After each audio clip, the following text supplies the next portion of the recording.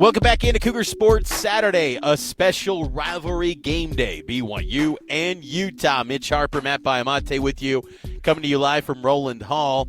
Today's show sponsored by UCCU, and so much is on the line for BYU and Utah. It's always that way. You know, bragging rights, the high stakes, but really it goes beyond bragging rights this time because the college football playoff rankings, BYU, if the season ended today, they'd be number 4 in the playoff. They'd be going to the Fiesta Bowl because they're the Big 12 favorite, the assumed Big 12 champion. But they're not number 4 in the poll, though. They're number 9, which kind of leaves a little bit of feeling like, did BYU get overlooked by the committee? How did you feel about that number 9 ranking? That was some bull crap. That's how I feel about it. Because Tell us how you really feel, Matt. On the graphic, it looked like, oh, BYU's 4. Like, look, everyone, yeah. they're fine. Pat them on the head. They get a bye. But really, when you dove deep into it, it's your number 9, your 2 top 20 wins.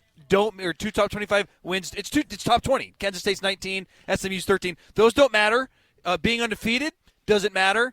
Eye test don't matter. Road wins don't matter. None of it matters. Oh, and by the way, Boise State is only 3 spots behind you, and they're going to go undefeated. And if you have 1 loss and they have 1 loss, you bet your rear end, Mitch, they're putting Boise State ahead of BYU. Yeah. I guarantee it, because this new metric showed up where who you lose to matters now. And because it was so close in Eugene against Boise State, that's a win. Yeah. That's better than going undefeated. That's a win. I thought it was serious grade A bull crap that they were ranked number 9. Yeah, it's shocking how Boise's loss to Oregon is almost valued more than BYU beating SMU, one of the leaders in the ACC, and beating a top 25 team in K-State. That doesn't matter.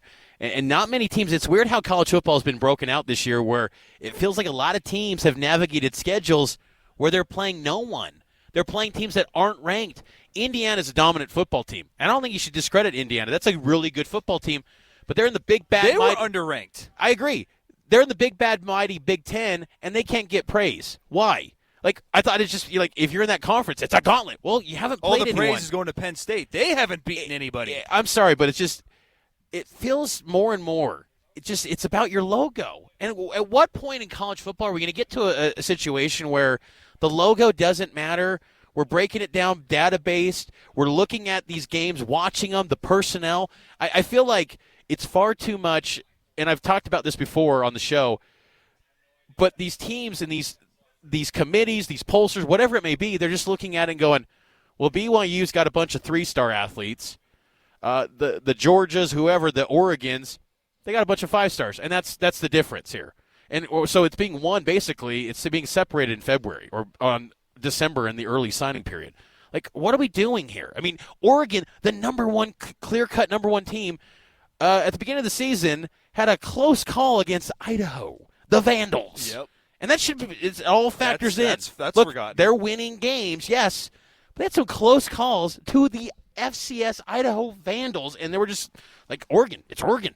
Like, they're just elite. I don't know. Like, I think what's exciting, though, Matt, is that I think that BYU gets in that playoff and they somehow break through and get in that thing.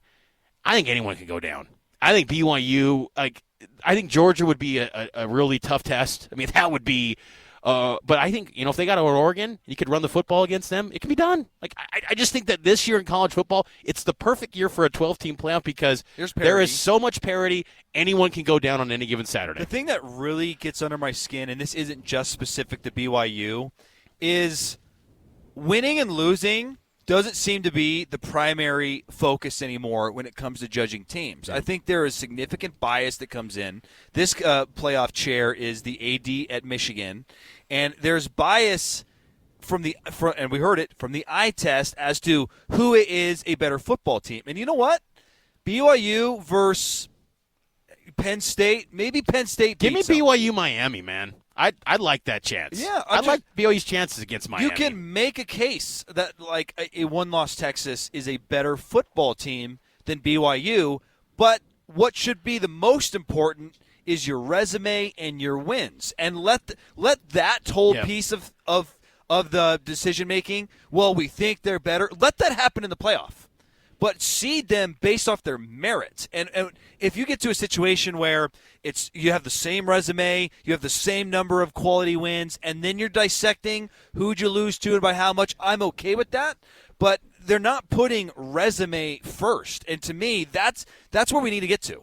Your resume is the first determining factor. Even if you don't think BYU is one of the 5 or 6 best football teams in college football, and I don't know how many BYU fans feel that way, but based off their merit through 8 games this season, their resume is better than Texas. It's better than Penn State. It was better than Miami, who just lost today. And they got disrespected, and it matters because of seeding implications.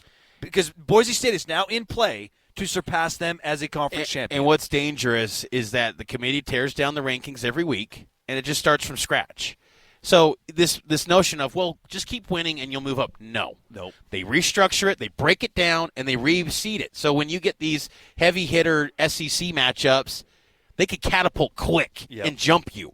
You're going to stay in this territory of 6 to 9 the entire time if you're BYU. I don't see how they get anywhere higher than 6, and that's okay. 6 would be incredible. They're not going to get to 6. And that's okay because, again, what's nice in this format is that you control your destiny still.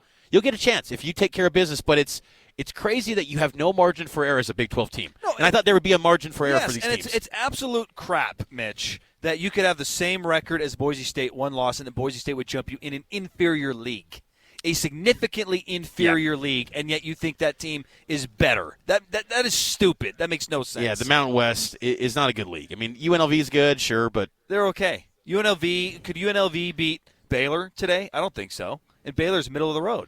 Big 12. Big 12 is a solid league. You know, it's not the best league, but it's not a group of 5 level league. But I think what gets forgotten is that this league doesn't have just a complete cellar dweller. If the worst team is Oklahoma State, like we saw that team, they gave BYU everything they can handle. And when they're on, man, they were up against it with Utah. That was a close game.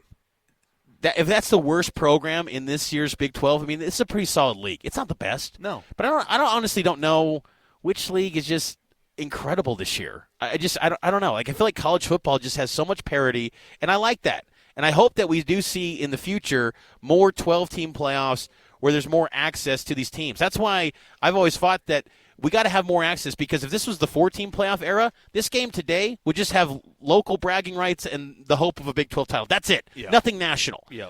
Having the 12-team playoff creates a playoff dynamic and interest in BYU and Utah, and that's pretty cool to think that this game can help shape the national championship race, because that has never been a thing since 1984 when it comes to BYU and Utah. So it's pretty cool to think, but it's still, the playoff committee, They leave everything so open-ended that you can't nail them down on something. They leave it all open-ended, so these rules are so loose, and they can really spin it however they want. They can always just kind of create the narrative that they want to justify their rankings, and that's what's frustrating about college football. We need a net system like in college basketball. I'd love that for college football. It's great. This is what it is. These are the metrics. These are the inputs, and that's how it is. And honestly, stop rolling out the weekly rankings. Just do what the NCAA tournament does.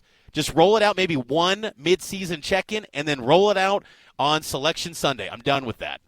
Well said. Okay, we got to get to a break. Elevate your banking with UCCU. Serving both Cougar and Ute fans. Love where you bank. We got Steve Bartle, the Ute insider for KSL Sports, Let's right go. after this.